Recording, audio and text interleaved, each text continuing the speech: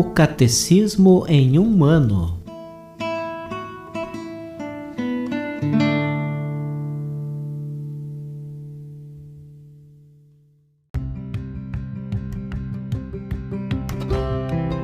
Olá, eu sou o Gabriel, seminarista da Diocese de Ponta Grossa, no Paraná. Você está ouvindo o podcast O Catecismo em um Ano. Vamos ler todo o Catecismo da Igreja Católica ao longo de 365 episódios. Estamos utilizando a tradução em português apresentada pela CNBB em 2013, baseada na edição típica em latim. Baixe o plano de leitura por meio de um link que você encontra na página do Instagram, @ocatecismo em um ano, ou na descrição deste podcast.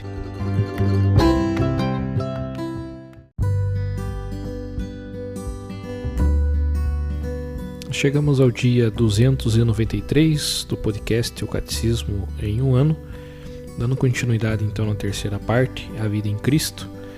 Leremos hoje dos parágrafos 2302 ao 2306, que trata sobre a salvaguarda da paz.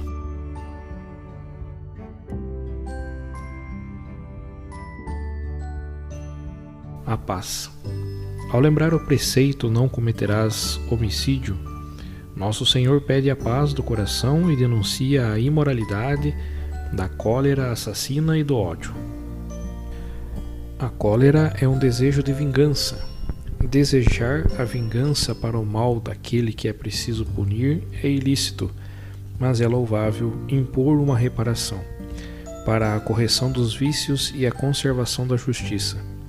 Se a cólera chega ao desejo deliberado de matar o próximo ou de feri-lo com gravidade, atenta gravemente contra a caridade, constituindo pecado mortal. O Senhor disse: todo aquele que tratar seu irmão com raiva deverá responder no tribunal. Evangelho de Mateus, capítulo 5, versículo 22. O ódio voluntário é contrário à caridade. O ódio ao próximo é um pecado quando o homem quer deliberadamente seu mal. O ódio ao próximo é um pecado grave quando a ele se deseja deliberadamente um grave dano. Ora, eu vos digo, amai os vossos inimigos e orai por aqueles que vos perseguem. Assim vos tornareis filhos do vosso Pai que está nos céus. Evangelho de Mateus, capítulo 5, versículos 44 a 45. O respeito e o desenvolvimento da vida humana exigem a paz. A paz não é somente a ausência de guerra e não se limita a garantir o equilíbrio das forças adversas. A paz não pode ser obtida na terra sem a salvaguarda dos bens das pessoas, sem a livre comunicação entre os seres humanos, o respeito pela dignidade das pessoas e dos povos, a prática assídua da fraternidade e a tranquilidade da ordem, fruto da justiça e efeito da caridade. A paz terrestre é a imagem e fruto da paz de Cristo, o príncipe da paz messiânica, conforme Isaías capítulo 9, versículo 5. Pelo sangue de sua cruz, ele matou a inimizade na própria carne, reconciliou os homens com Deus e fez de sua igreja o sacramento da unidade do gênero humano, de sua união com Deus. Ele é a nossa paz, diz a carta aos Efésios capítulo 2, versículo 14. Cristo proclama: felizes os que promovem a paz. Evangelho de Mateus, capítulo 5, versículo 9. Aqueles que renunciam à ação violenta e, para proteger os direitos do homem, recorrem a meios de indefesa ao alcance dos mais fracos, testemunham a caridade evangélica, contanto que isso seja feito sem lesar os direitos e as obrigações dos outros homens e das sociedades. Atestam legitimamente a gravidade dos riscos físicos e morais do recurso à violência, que causam mortes e ruínas. Como leitura complementar para este dia, nós leremos a mensagem do Santo Padre Papa Francisco para a celebração do 50º Dia Mundial da Paz, no dia 1º de janeiro de 2017.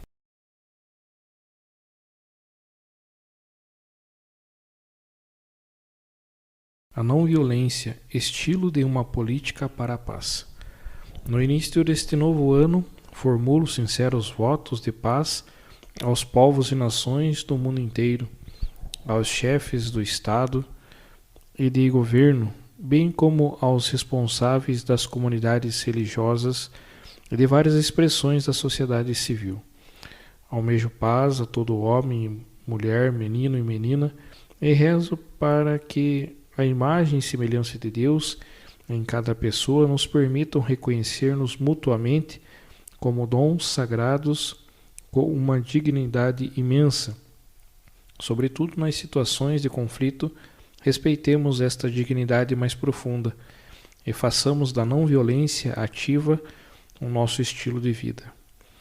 Esta é a mensagem para o 50º Dia Mundial da Paz. Na primeira, o Beato Papa Paulo VI dirigiu-se a todos os povos e não só aos católicos com palavras inequívocas. Finalmente resulta de forma claríssima que a paz é a única e verdadeira linha do progresso humano.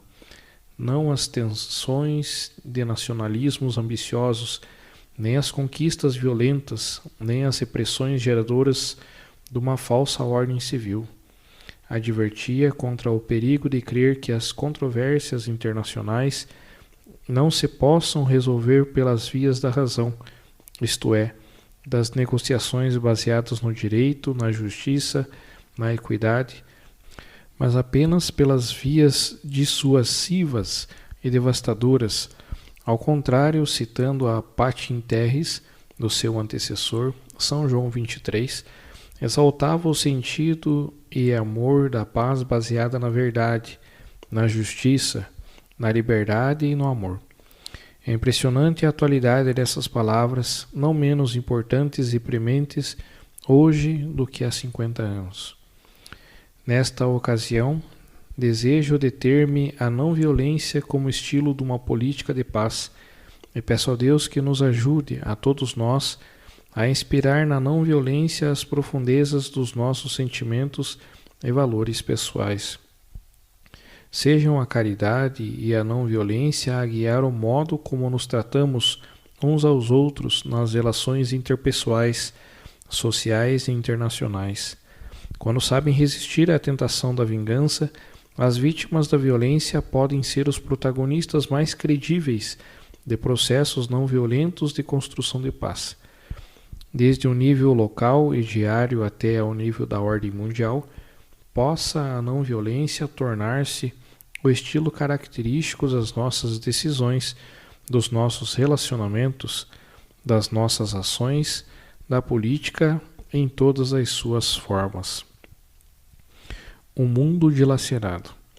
Enquanto o século passado foi arrasado por 2 guerras mundiais devastadoras, conheceu a ameaça da guerra nuclear e um grande número de outros conflitos. Hoje, infelizmente, encontramos-nos a braços com uma terrível guerra mundial aos pedaços. Não é fácil saber se o mundo de hoje seja mais ou menos violento do que o de ontem, nem se os meios modernos de comunicação e a mobilidade que caracteriza a nossa época nos tornem mais conscientes da violência ou mais rendidos a ela. Seja como for, esta violência que exerce aos pedaços de maneiras diferentes e a variados níveis provoca enormes sofrimentos de que estamos bem cientes: guerras em diferentes países e continentes, terrorismo, criminalidade e ataques armados imprevisíveis, os abusos sofridos pelos migrantes e as vítimas de tráfico humano, a devastação ambiental. E para quê? Porventura a violência permite alcançar objetivos de valor duradouro? Tudo aquilo que obtém não é, antes, desencadear represálias e espirais de conflitos letais que beneficiam apenas a poucos senhores da guerra? A violência não é o remédio para o nosso mundo dilacerado. Responder à violência com violência leva, na melhor das hipóteses, a migrações forçadas e atrozes sofrimentos, porque grandes quantidades de recursos são destinadas a fins militares e subtraídas às exigências do dia a dia dos jovens, das famílias em dificuldade, dos idosos, dos doentes, da grande maioria dos habitantes da terra. No pior dos casos, pode levar à morte física e espiritual de muitos, se não mesmo de todos. A Boa Nova. O próprio Jesus viveu em tempos de violência. Ensinou que o verdadeiro campo de batalha, onde se defrontam a violência e a paz, é o coração humano, porque é do interior do coração dos homens que saem os maus pensamentos. Evangelho de Marcos, capítulo 7, versículo 21. Mas perante esta realidade, a resposta que favorece a mensagem de Cristo é radicalmente positiva. Ele pregou incansavelmente o amor incondicional de Deus, que acolhe e perdoa, e ensinou os seus discípulos a amar os inimigos, conforme o Evangelho de Mateus, capítulo 5, versículo 44, e a oferecer a outra face. Evangelho de Mateus, capítulo 5, versículo 39. Quando impediu aqueles que acusavam a adúltera de a lapidar, conforme o Evangelho de João, capítulo 8, versículos do 1 ao 11, e na noite antes de morrer, quando disse a Pedro para repor a espada na bainha, conforme o Evangelho de Mateus, capítulo 26, versículo 52. Jesus traçou o caminho da não-violência que ele percorreu até o fim, até a cruz, tendo assim estabelecido a paz e destruído a hostilidade. Por isso, quem acolhe a Boa Nova de Jesus sabe reconhecer a violência que carrega dentro de si e deixa-se curar pela misericórdia de Deus, tornando-se assim, por sua vez, instrumento de reconciliação, como exortava São Francisco de Assis. A paz que anunciais com os lábios, conservai-a ainda mais abundante nos vossos corações. Hoje, ser verdadeiro discípulo de Jesus significa aderir também à sua proposta de não violência.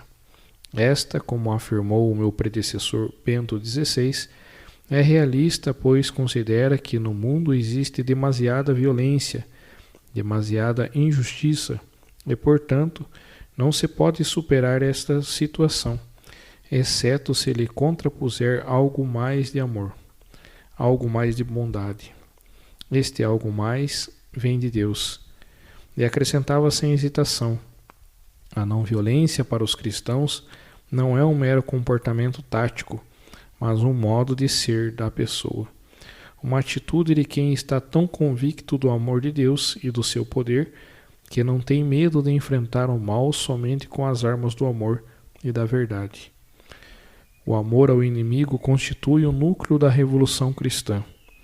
A página evangélica Amai os vossos inimigos, conforme o Evangelho de Lucas, capítulo 6, versículo 27, é justamente considerada a magna carta da não-violência cristã.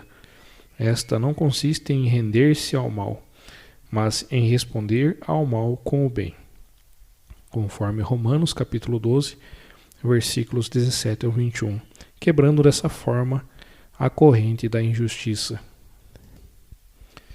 Mais poderosa que a violência.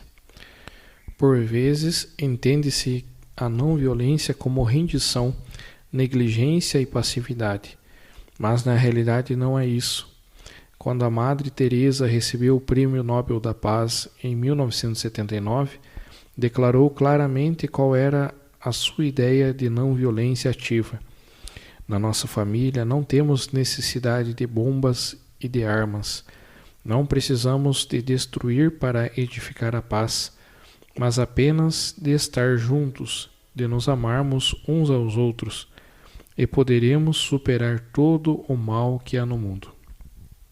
Com efeito, a força das armas é enganadora.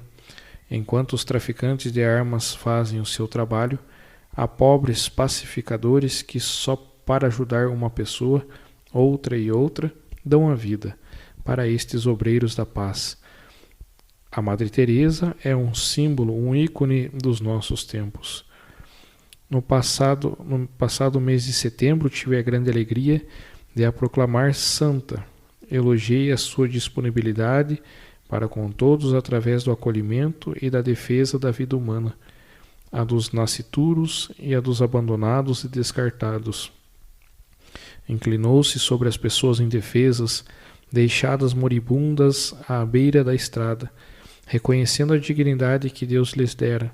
Fez ouvir a sua voz aos poderosos da terra, para que reconhecessem a sua culpa diante dos crimes,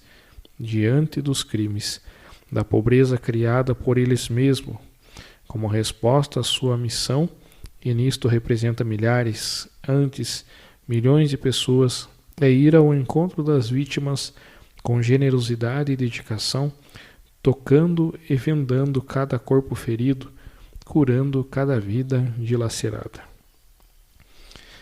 A não violência praticada com decisão e coerência produziu resultados impressionantes. Os sucessos alcançados por Mahatma Gandhi, Khan Abdul Ghaffar Khan, na libertação da Índia, e por Martin Luther King Jr. contra a discriminação racial nunca serão esquecidos. As mulheres, em particular, são muitas vezes líderes da não-violência, como, por exemplo, Leymah Gbowee e milhares de mulheres liberianas que organizaram encontros de oração e protesto não violento, obtendo negociações de alto nível para a conclusão da Segunda Guerra Civil na Libéria. E não podemos esquecer também aquela década epocal que terminou com a queda dos regimes comunistas na Europa. As comunidades cristãs deram a sua contribuição através da oração insistente e a ação corajosa. Especial influência exerceu São João Paulo II com o seu ministério e magistério, refletindo sobre os acontecimentos de 1989 na encíclica Centésimos Anos, publicado em 1991. O meu predecessor fazia ressaltar como uma mudança epocal na vida dos povos, nações e estados se realizara através de uma luta pacífica que lançou mão apenas das armas da verdade e da justiça. Este percurso de transição política para a paz foi possível, em parte, pelo empenho não violento de homens que sempre se recusaram a ceder ao poder da força e, ao mesmo tempo, souberam encontrar aqui e ali formas eficazes para dar testemunho da verdade.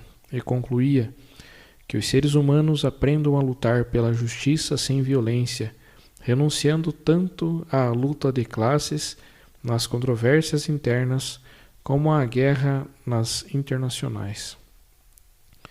A Igreja se comprometeu na implementação de estratégias não violentas para promover a paz em muitos países, solicitando, inclusive, aos intervenientes mais violentos esforços para construir uma paz justa e duradoura. Este compromisso a favor das vítimas da injustiça e da violência não é um patrimônio exclusivo da Igreja Católica, mas pertence a muitas tradições religiosas para quem a compaixão e a não violência são essenciais e indicam o caminho da vida. Reitero aqui sem hesitação, nenhuma religião é terrorista. A violência é uma profanação do nome de Deus. Nunca nos cansemos de repetir. Jamais o nome de Deus pode justificar a violência. Só a paz é santa. Só a paz é santa, não a guerra. A raiz doméstica de uma política não violenta. Se a origem de onde brota a violência é o coração humano, então é fundamental começar por percorrer a senda da não violência dentro da família. É uma componente daquela alegria do amor que apresentei na exortação apostólica Amoris Laetitia, em março passado, concluindo 2 anos de reflexão por parte da Igreja sobre o matrimônio e a família.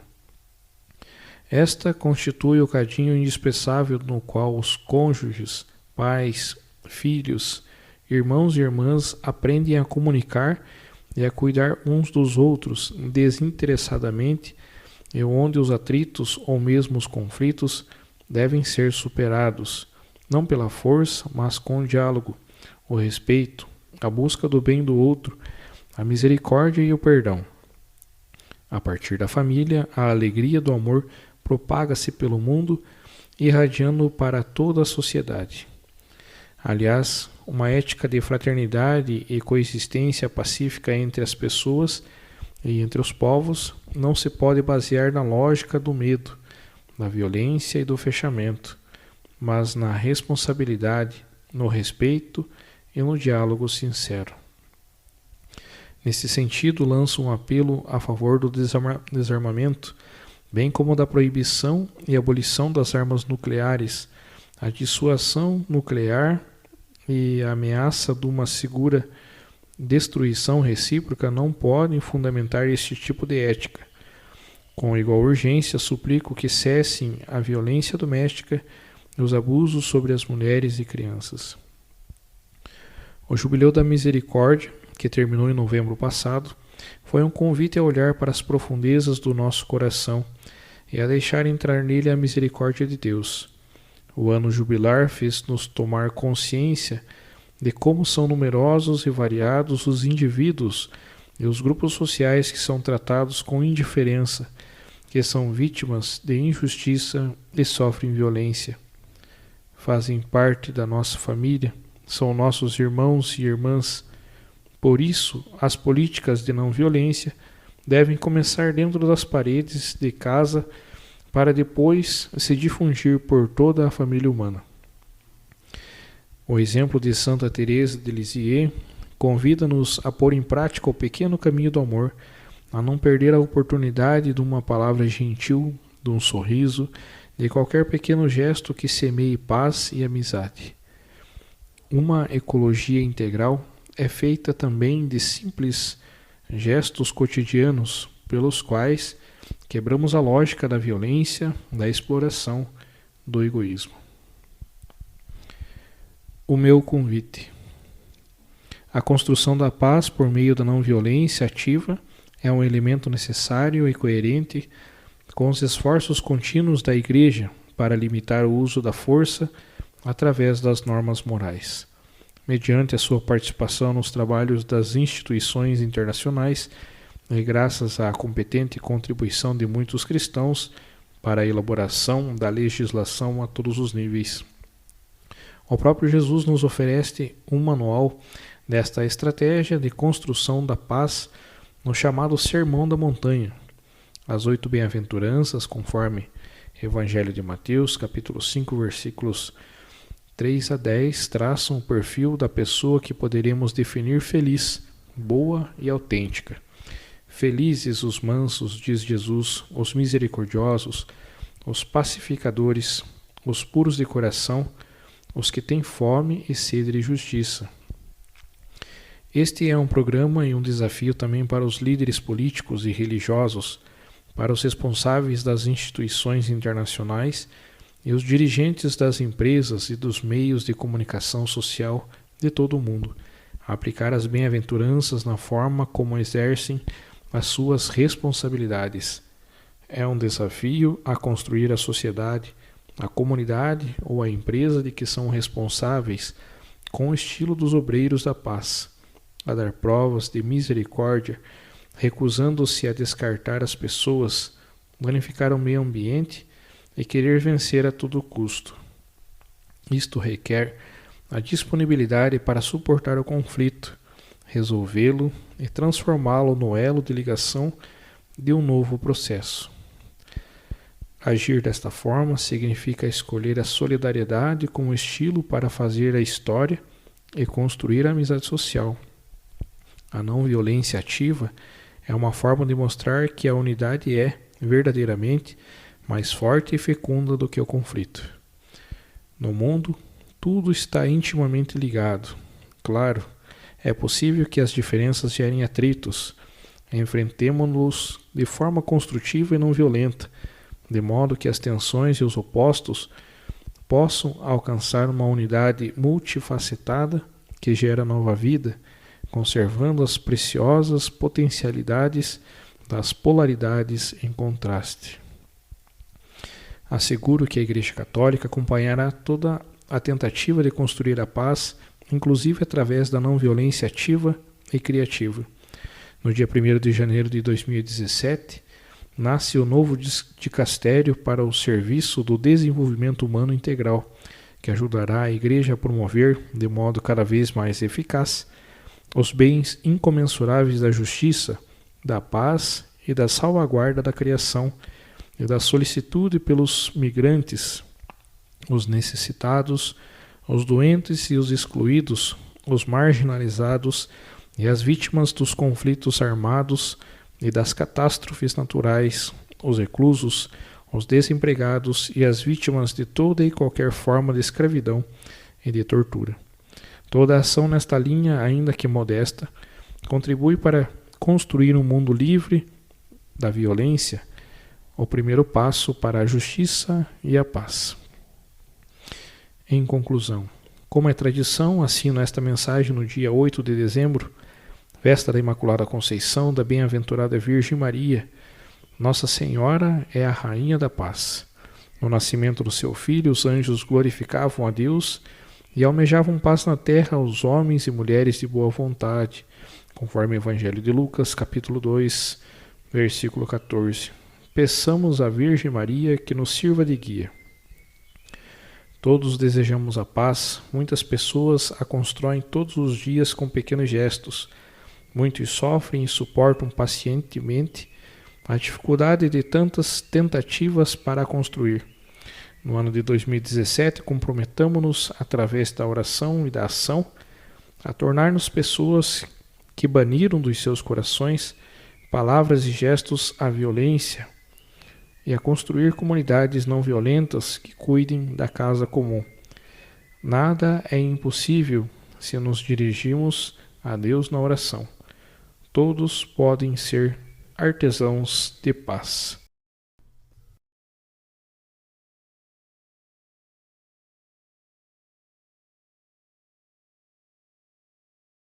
Os textos dos discursos papais encontram-se na íntegra no site da Santa Sé, vatican.va.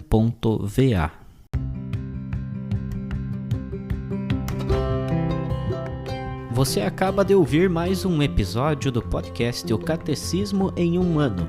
Continue nesse bom propósito de aprofundar o conhecimento e a vivência da fé católica e procure participar da sua comunidade. Rezemos por todos que estão fazendo esse caminho de leitura do Catecismo. Até amanhã!